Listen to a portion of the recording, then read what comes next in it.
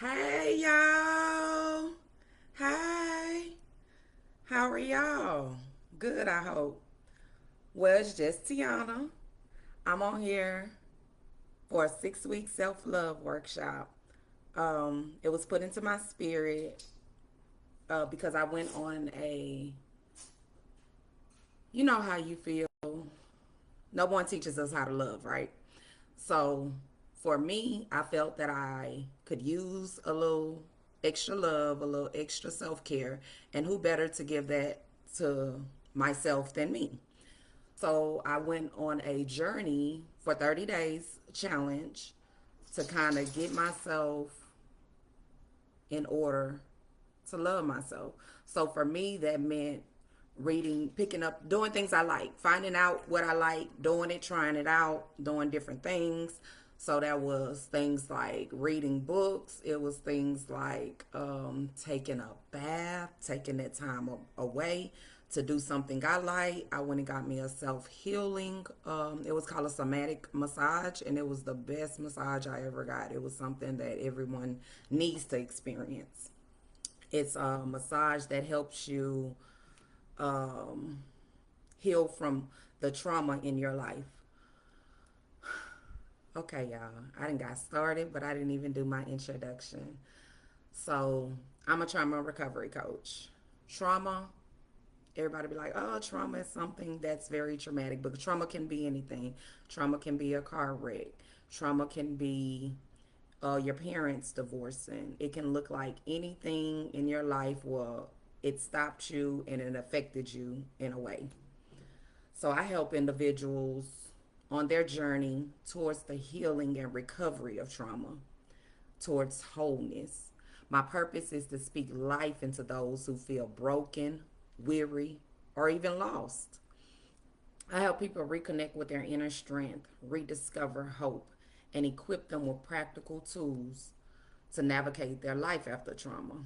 I'm here to support you in reclaiming your voice, your power, and your peace. Okay, so every week we're going to be discussing different topics that you can implement in your life to do a little, give yourself a little extra love. The topics we'll go over in these 6 weeks include stuff like speaking life into yourself. That's important because what are you telling yourself? What are you being mean? Are you being a mean girl to yourself? Like most of us do. You're hard on yourself. You're not giving yourself grace. Um, we're going to talk about what love looks like, self love looks like, what self care looks like, the things you're doing to care for yourself, the things you do that you love, finding out what you love or what you do, because we get so caught up in the hustle and bustle of the everyday life, parenting, going to work, going to school, and don't take that time for yourself. We're going to talk about setting boundaries, recognizing your strengths and weaknesses, protecting your peace. Baby, that's everything. Forgiving yourself, like being nice to yourself, and becoming your own cheerleader, just to talk about a few things. So today we're going to talk about what it means to love yourself. I got to take off my watch because I keep getting notifications and it's interrupting me. But what it means to love yourself, to me, it's accepting who you are. It's about accepting that you're imperfectly perfect. God made all of us different. No, we're unique. Unique. I constantly gotta remind myself, my son, that like you're different, and it's okay. It's okay to be different. It's okay to be unique because we all are. No two people are alike. We all have different fingerprints. Like that makes us unique in itself. So that tells you like you're different, and that's okay. Giving yourself grace, like not being hard on yourself, not beating yourself up. Like if you make a mistake, you just keep on condemning yourself. Like no, be nice to yourself. We're human. We all make mistakes. We all do things that we're not supposed to, or do things. You know, it's life. We have to learn. It's no book on life to kind of get us to where we need to be to say this is the right thing or this is the wrong thing. So setting boundaries, positive self talk, taking care of yourself, knowing your strengths and weaknesses. I already said this. Okay. So today we're talking about who are you? When I ask you this question, you have to really strip yourself of your titles for a moment. You have to strip yourself of the parent title, the teacher title, the college student, the 9 to 5 profession. You have to really dive deep and ask yourself, who are you? What do you like to do? Me, I discovered I like to take walks into the nature. Like love taking nature walks. I love flowers. But for instance, I would only wait for a man to buy me flowers, which in reality is crazy because if I love flowers, why am I waiting on somebody else to give me something that I love? It's like you're naked back in the mirror like you were born, and you say good or bad, like who are you? What do you like to do? Where do you like to go? Do you like to shop? Do you like your nails done? Like what do you like? And you have to start implementing that thing. Make time and space for you. You have to embrace your uniqueness. It's only one you. Like I said, like you're one of a kind. There's no one else. You don't have to fit in the world when you were born to stand out. Like when I read that statement somewhere, it's like, oh God, like people try to follow the trends and figure out what's going on and what's popular. But baby, I found out like I love my high socks, like to my knees with the little stripes around it. Like that's what I like. So if you see me, you gonna see me in some tights or some high socks, and that's what I like. So you gotta figure out those things. Other people be like, "Girl, why you got that on? You look like you going to a sports event." But it's what I like. Like I love my leopard print. You gonna catch me in some leopard print. So like my glasses leopard print. Like a lot of things I do. My watch leopard print. It's what I like. So you have to embrace that. You don't have to conform to the world. And so many times that we do conform to the world. We try to figure out what everybody else doing, but that's not being yourself. You have to know your needs and when you need it. Like for instance, when I'm frustrated, when I had a bad day, like I notice I'm barking at everybody. I'm being a mean girl. You know what I'm saying? I'm being ugly. And at that times I notice like I need to light my candles. I need to seclude myself. I need to go to the bathroom and run me a bath and put on my relaxing music. And I just need to kind of breathe in my fragrances and refresh and renew. Like I have to know what I need so I can be at optimal at all times. Who can tell you what you need better than you? If you feel like, hey, I need a break from the world, like I know once when I was a single parent, with my 3 babies, sometimes I need to go to the grocery store and I just want to go walk around Walmart and be by myself. And if that's what I needed, that's what I needed at those times. So it's like you have to self reflect. You have to stop in a moment and take a breath and be like, okay, Tiana, what is it gonna take for me to be okay, me to get back to me to do what I'm supposed to do, me to be able to be at 100%. And these days, what I need and what I love to do is gardening. Like I didn't start in my garden, y'all. It's something that it's it was always in me. It's something I always wanted to do, but it's like I kept killing everything.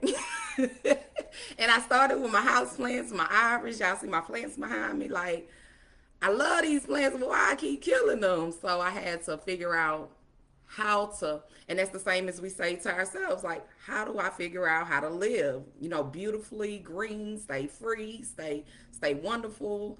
Like when they start to droop, that means they need water, they need some care, they need some food, they need some sunlight, they not in the right position. So it's the same for ourselves. Like we got to find out what we need and evaluate it. Sometimes we get into habits of just feeling what's normal. You be like, how you doing today? Oh, I feel fine. I'm good. I'm highly blessed. But what does that mean? What does that mean to you? Like, do you ever stop and see how do you feel?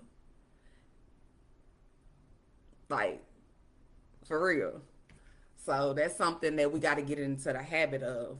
Um, it can be something as simple as taking your lunch break, going on a walk, getting out in nature, going in your car because I didn't have too many people around me and I just need some me time to scroll on social media or pray or figure out what that is. But we have to stop rushing in life and take time for ourselves. We need to have goals and visions. Y'all, I don't know how I've been living.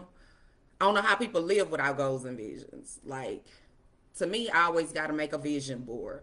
That to me is leading me where I need to be. Like, it's giving me something to make a goal towards. I'm gonna tell you about my vision board last year. Now, my vision board last year, I only had two things on it, but it was two major things. It was something I was like, my rent had went. I was living in this house, this rental house.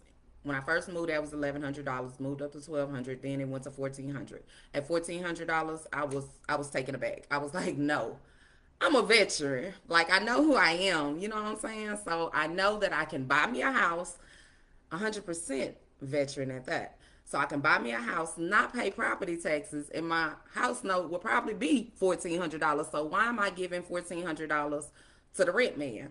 So with that being said, like, because I was staying in that area because my son wanted to attend the football program in the area. So I didn't really know where I wanted to live. So I was like, okay, cool, we'll rent a house, boom, do this.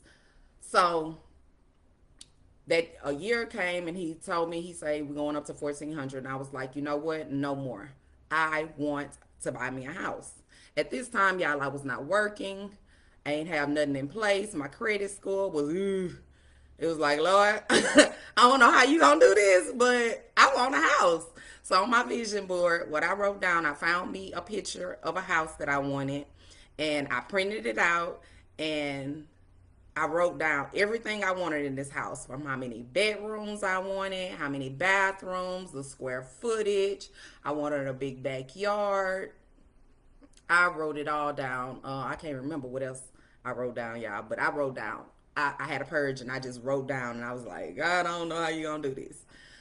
So, and I put the credit score that I wanted because I wanted a low note. I put how much I wanted my house note to be, all of that. So, with that being said, I also put how much because I wanted all new furniture. I got a new house, baby. I don't want to take none of this. I want new furniture. So, I wrote down that I wanted $10,000 to be able to put into my house to buy me new furniture, new everything. Okay. So I end up getting I did this January 1st. I end up getting a job at the end of January, y'all, and I end up closing on my house July 3rd. Yeah, July 3rd. And I end up having $10,000 in savings. So in closing, I was thinking, oh, because they was talking about at first that we was gonna need $12,000. So I'm calling around like, Lord, I ain't got $12,000. So I'm calling my family friend like, I need to hold $12,000. I'm getting back to you, but I need to hold it. And and that didn't work out. So I end up going with another company, and I end up closing and only needing $2,000, y'all. It was like $2,000. Oh, let me hurry go to the bank and get you this money, cause $2,000 that ain't nothing, and that's not including my $10,000. So I end up closing with the $2,000. I know it end up being high. But this is the first month. Matter of fact, April, when my note just came down, y'all. And the number that I put that I wanted to pay is the number that I'm paying. It don't equal how much I'm supposed to be paying, but it equals my prayers that was on my board. So I had a little tally on the board. Well, when I save, it was in $1,000 increments. So when I save 1,000, I scratch it out, and I was so excited for that first thousand. I was telling everybody I didn't save $1,000 because baby Tiana like to spend. We don't like to put the money in the savings and where the money go. We like to spend. So for me, that thousand was everything, and it was like, okay, God, I see you working. I'm trusting in you.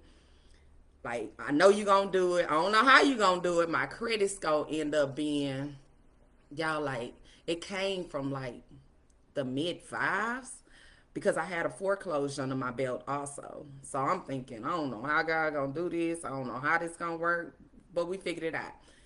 So all that to say is you gotta have a vision and goals. So that was my vision. My goals were how was I gonna make this vision come into fruition, right? So in order for that to happen, I had to get a job. I had to start savings. I had to work on my credit. I had to do things that I know that needed to be done in order for those things to come to life. So it's important to know where you're headed in the life. Habit 2 and 2 says write the vision, make it plain. So to me that meant, hey, vision board. Because I printed this vision. When I made this vision board, I took a picture of it and I took it to Walgreens and made copies of it. It was everywhere. It was everywhere. I think I made like 12 copies. I put a copy in my purse, a copy on the refrigerator. It was copy in the bathroom when we sitting on the toilet. Oh, that vision right there. So I touch it and pray over it. Lord, I don't know how you gonna make it happen, but do your thing. I had it everywhere in the washroom, everywhere. So when I see it in my car, I just pray over it. And I also put it on my screensaver. So it was the screensavers to my computer, my tablet, my phone.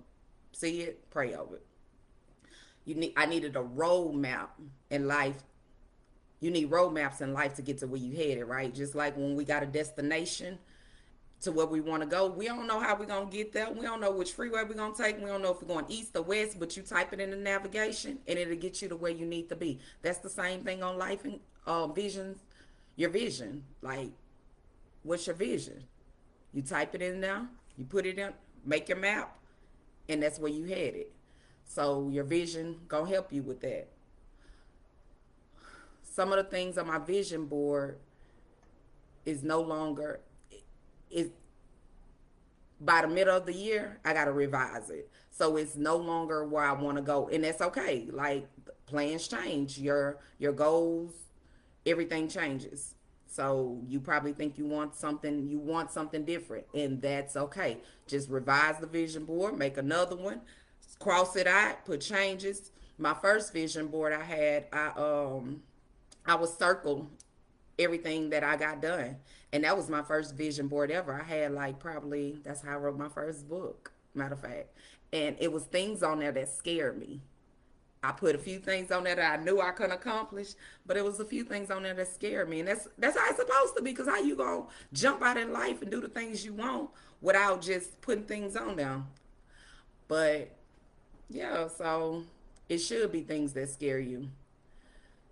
Another thing, self love, we can do is write down your prayers.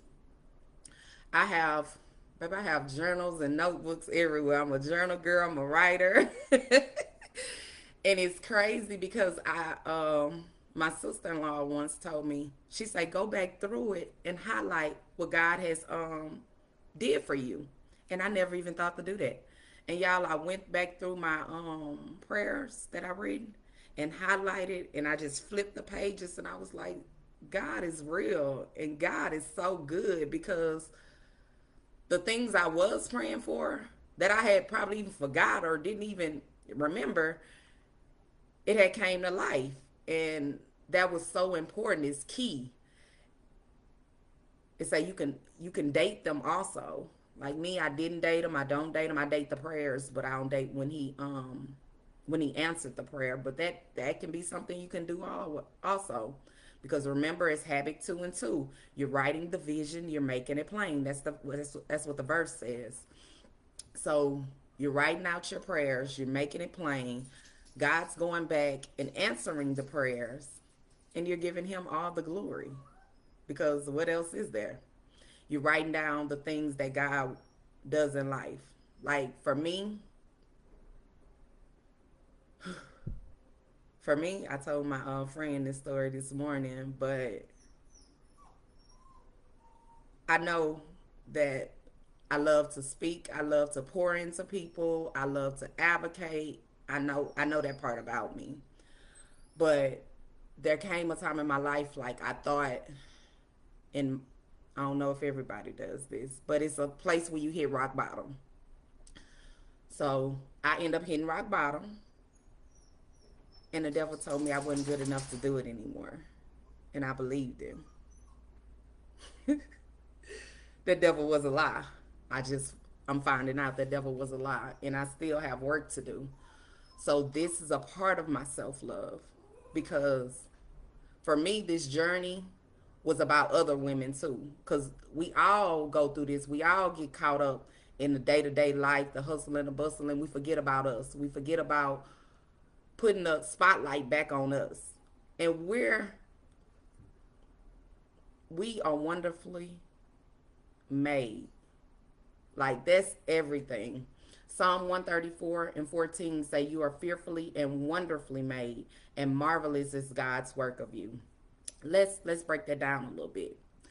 When I looked up the word fearfully, because I say, God, what does fearfully mean? Like we're fearfully made? Like does that mean people supposed to be scared of us? Like what does that mean? So fearfully means in this reverence is deep respect, honored, healthy.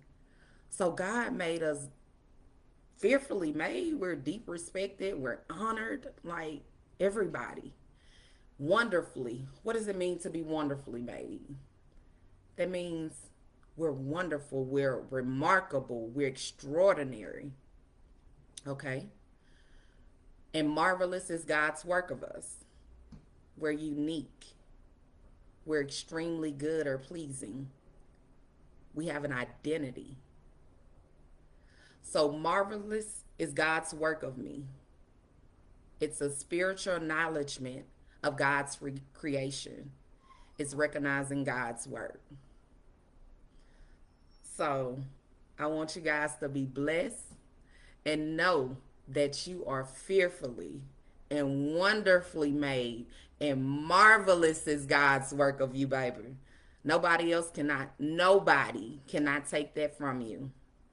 I love y'all and be blessed. Let me check my comments to see if anybody have any questions because I was just going off. Yes. You're a sock girl too, right, Kia? I love it. Thank y'all.